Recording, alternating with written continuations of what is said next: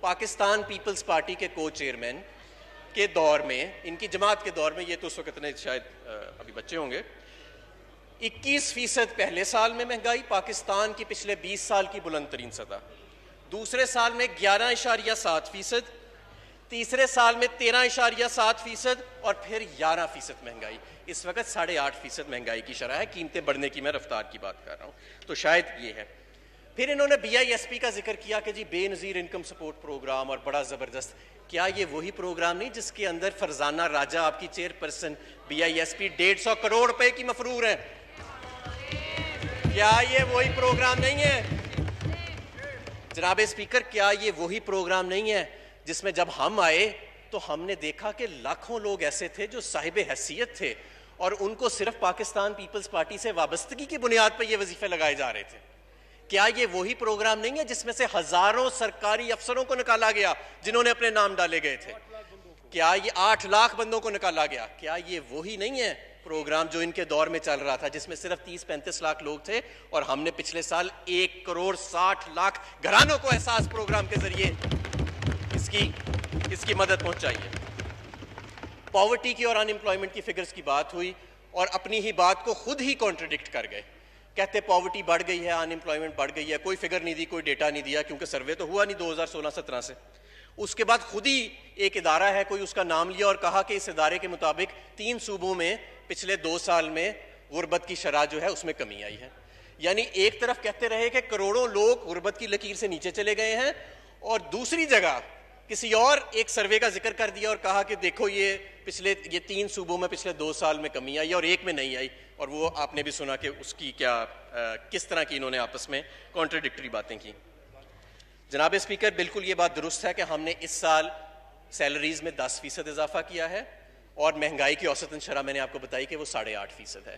یہ اپنے دور میں زیادہ اضافہ ضرور کرتے تھے کیونکہ ساتھ ساتھ یہ بھرتیاں بھی کرا رہے تھے اسٹیٹ اونڈ انٹرپرائزز میں اور سارا کچھ، لیکن یہ زیادہ اس لیے اضافہ کرتے تھے کیونکہ ان کے دور میں مہنگائی کی شرح زیادہ تھی.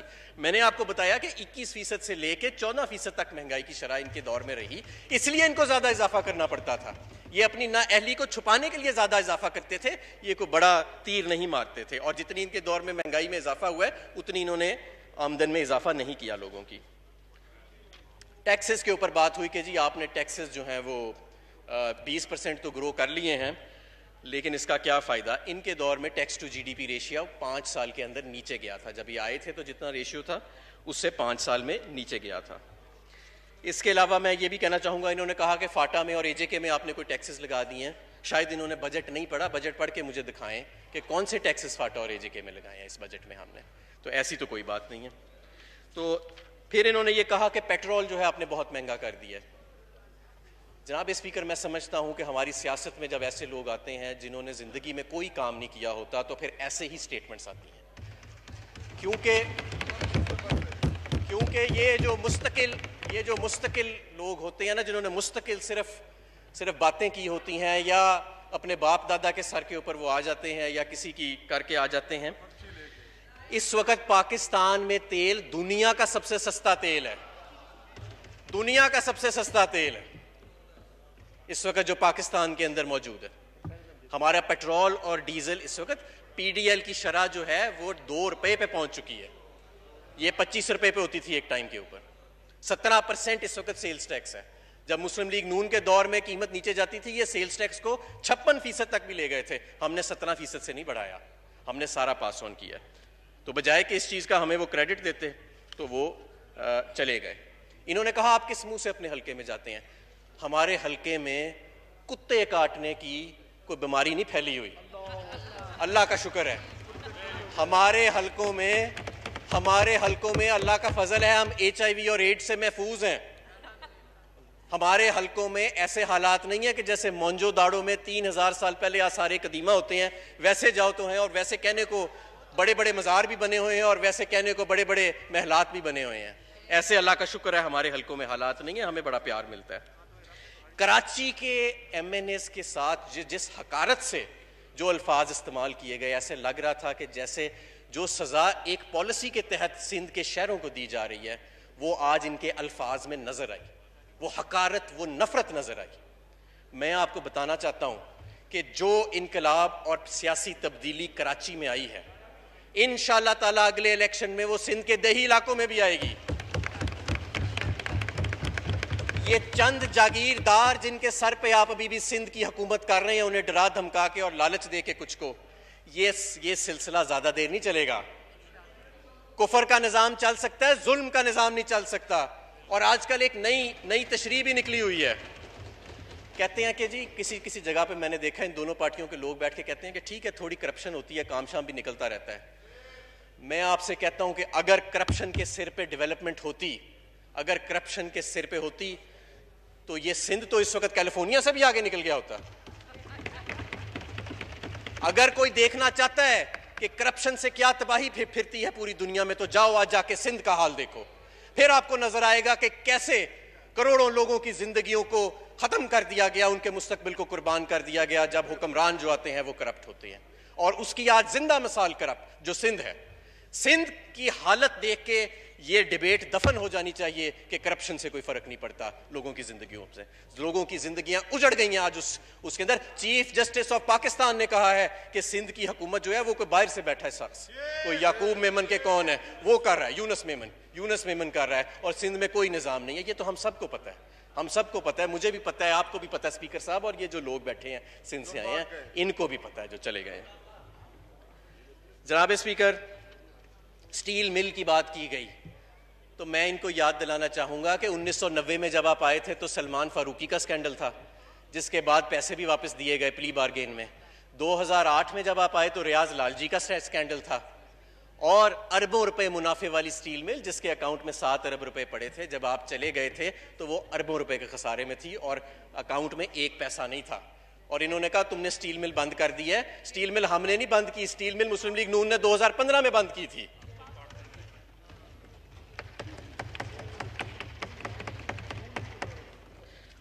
اچھا, پھر انہوں نے یہ کہا کہ ڈی اے پی کی قیمت بہت مہنگی ہو گئی ہے. بالکل مہنگی ہوئی ہے, لیکن ان کو یہ بھی پتہ ہونا چاہیے کیونکہ خود کبھی ذمہ داری نہیں کی کہ ڈی اے پی پاکستان میں 70% سے زیادہ امپورٹ ہوتا ہے.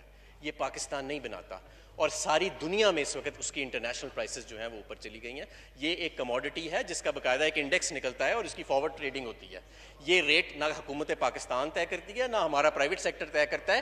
یہ سارا جو ڈی اے پی ہے اکثریت 70% سے زیادہ یہ امپورٹ ہوتا ہے پاکستان میں, اور اس کی قیمت جو ہے اس کا تعین انٹرنیشنل فورسز کرتی ہے. یوریا کی جو قیمت ہے, یوریا ہمارے ملک میں بنتا ہے جتنی سبسڈی پہلے جا رہی تھی اتنی ہی جا رہی ہے, بلکہ جب ہم آئے تھے تو 2000 روپے کے قریب تھا, اب کوئی 1750 کے قریب ہے اس کی بوری. ٹیوب ویلز کے اوپر انہوں نے بات کی کہ آپ نے بہت مہنگا کر دیا ہے. بجلی کی قیمتوں میں جو اضافہ ہوا اس کے اوپر ہم بہت بحث کر چکے ہیں کہ کس طرح جو مہنگے معاہدے تھے ان کی وجہ سے ہوا. آج بھی جو سب سے سستا ریٹ ہے ہمارے ٹیرف سٹرکچر کے اندر وہ 2 کیٹیگریز کا ہے.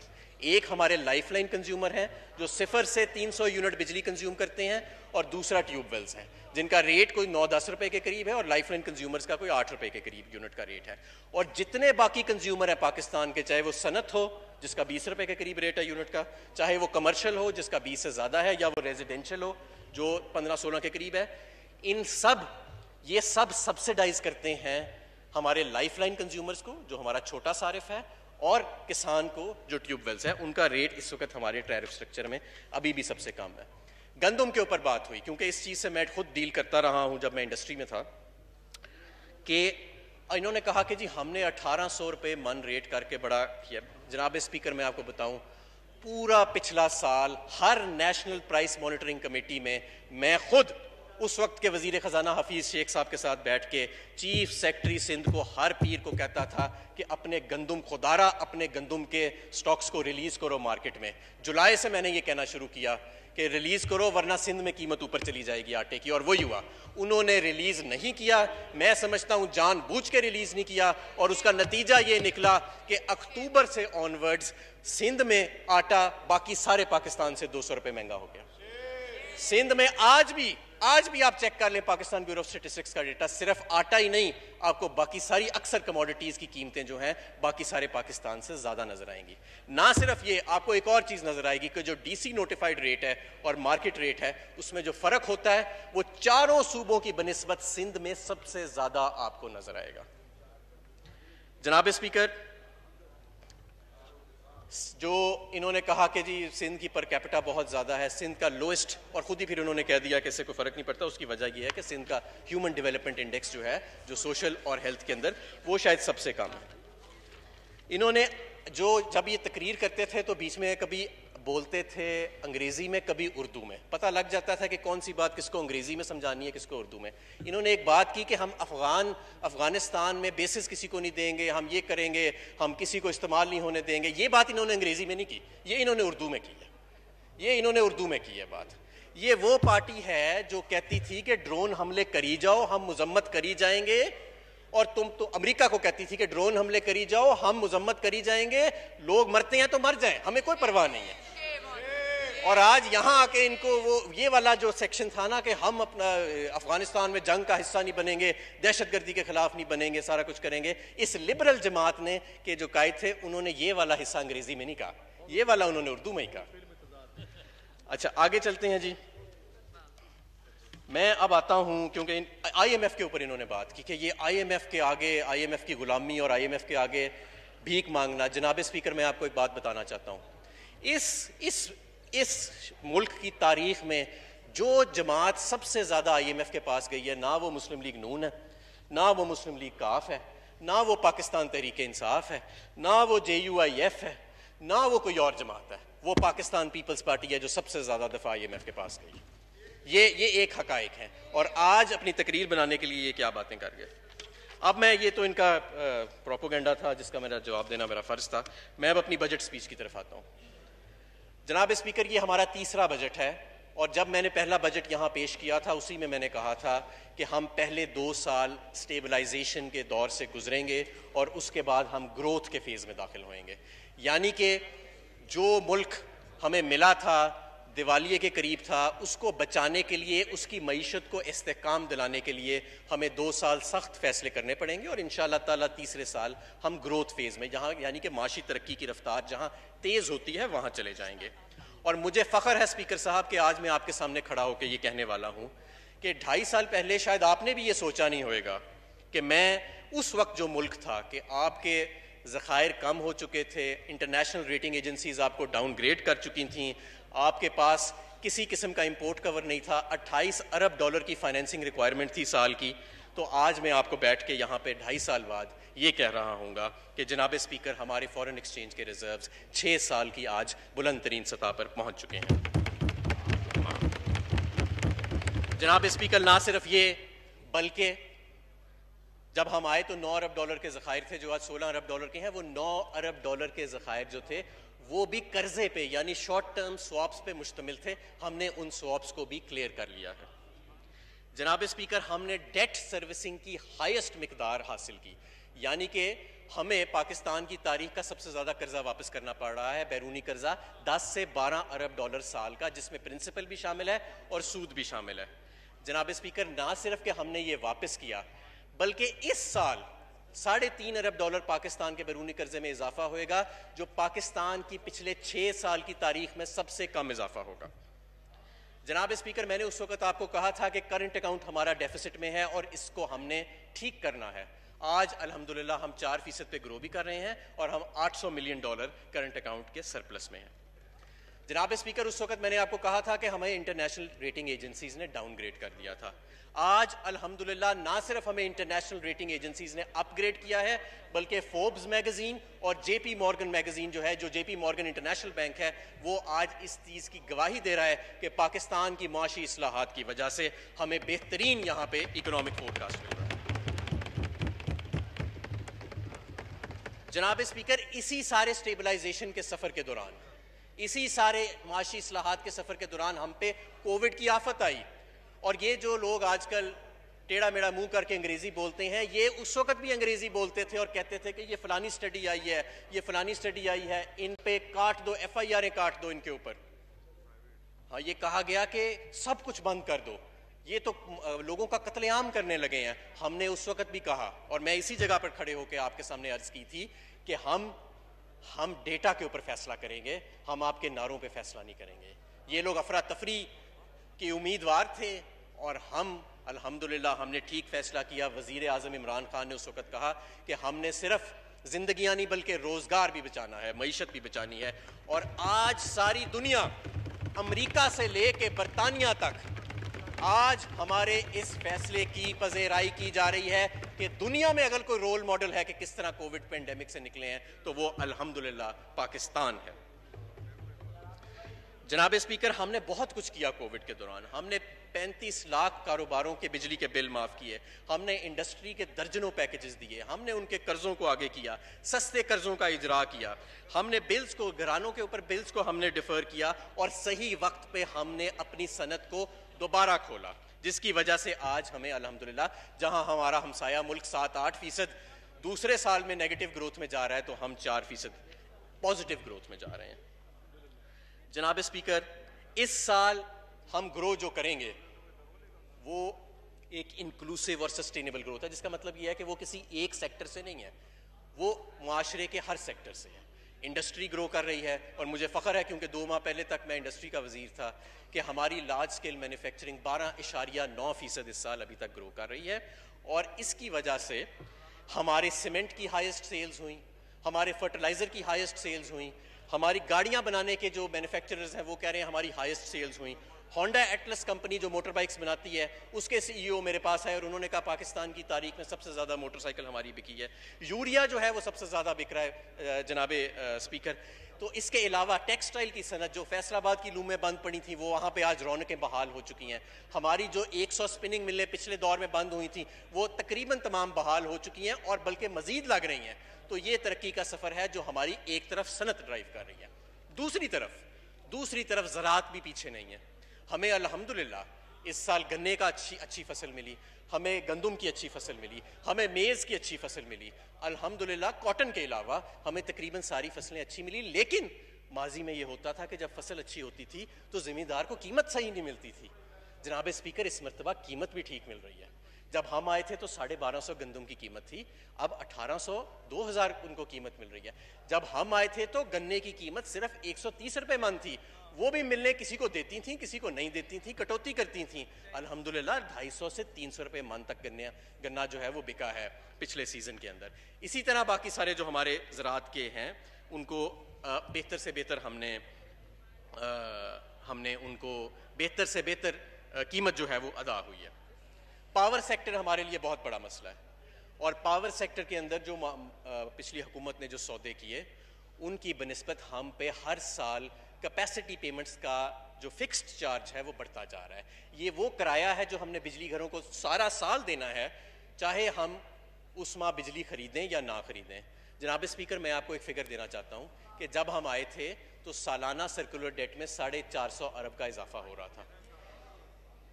اس وقت سے لے کے اب تک کیپیسٹی پیمنٹس میں 400 ارب روپے ماہانہ کا اضافہ ہو چکا ہے. اللہ اکبر, اللہ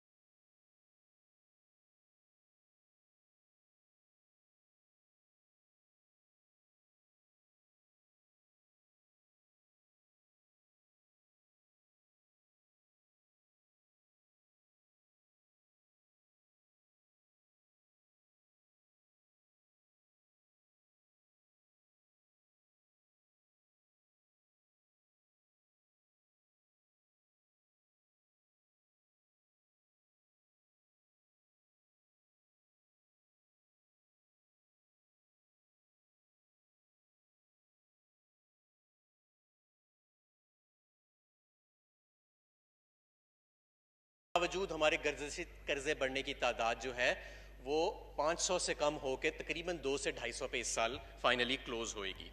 اس کے علاوہ ہم نے پاور ٹرانسمیشن کیپیسٹی میں انکریز کیا. عمر ایوب صاحب یہاں بیٹھے ہیں, انہوں نے محنت کی دن رات, اور 4000 میگا واٹ ہم نے پچھلے 2 سال میں پاکستان کی ترسیل کی جو کیپیسٹی ہے اس کو بڑھایا. کیونکہ پچھلی حکومت کسی شاید کسی لالچ میں یا پتہ نہیں کس چیز میں کہتا نہیں, لیکن دھڑا دھڑ پیداوار کرنے کی تو کیپیسٹی اور مہنگے پلانٹ تو لگائی جا رہی تھی اور فیتے کاٹی جا رہی تھی, لیکن ترسیل کا بندوبست نہیں کیا گیا, جس کی وجہ سے آج ہماری جو بجلی پیدا کرنے کی کیپیسٹی ہے وہ زیادہ ہے, اور ترسیل, اسی بجلی کو ترسیل کرنے کی, آگے بھیجنے کی جو کیپیسٹی ہے وہ کم ہے. انشاءاللہ تعالیٰ اس سال ہم نے بجٹ میں 100 ارب سے بھی زیادہ رکھا ہے, جو پاکستان کی تاریخ میں سب سے زیادہ ہے ترسیل کے نظام کے لیے, اور ہم انشاءاللہ تعالیٰ اس باٹل نیک کو بھی پورا کریں گے.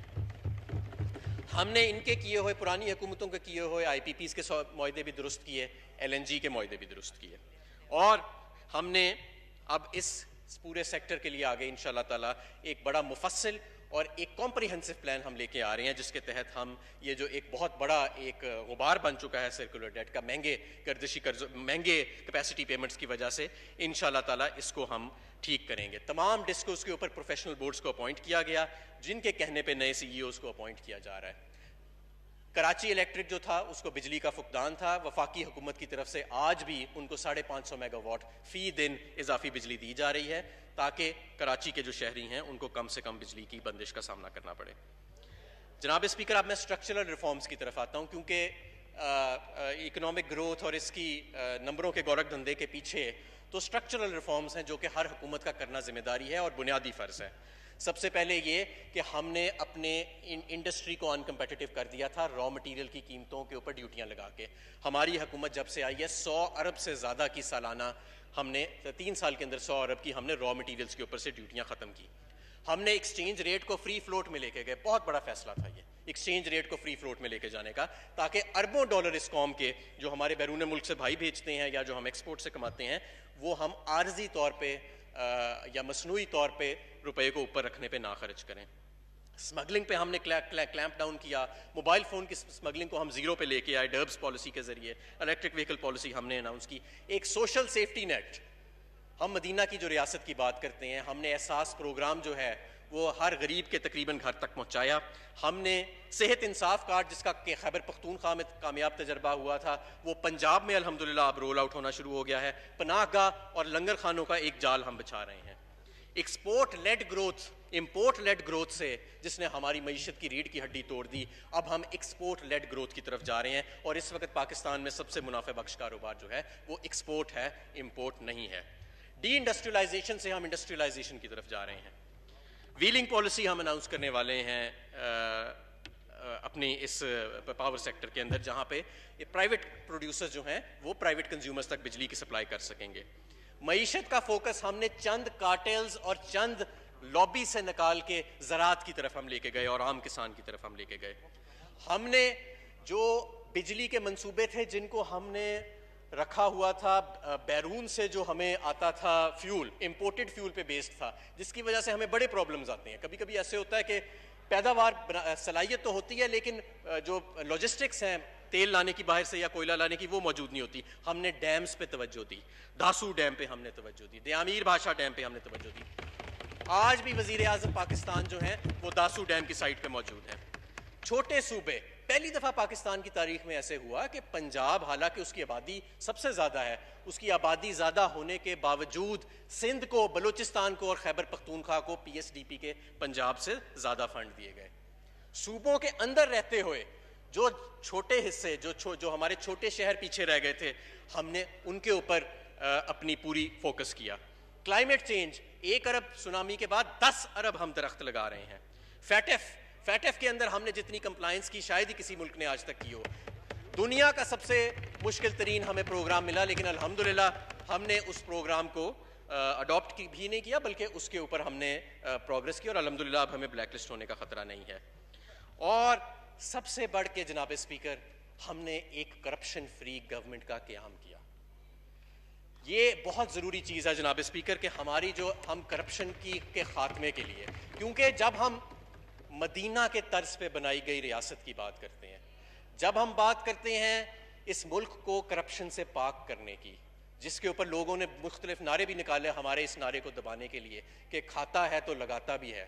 نہیں جناب اسپیکر, جس طرح میں نے ابھی آپ کو بتایا کہ اگر کوئی دیکھنا چاہتا ہے کہ کرپشن کس طرح تباہی کرتی ہے معاشروں کے اندر, تو سندھ کا جا کے حال دیکھے, جہاں پہ چوہے صرف سندھ کے گندم کے گودام نہیں کھا گئے, وہ چوہے پورا سندھ کھا گئے ہیں.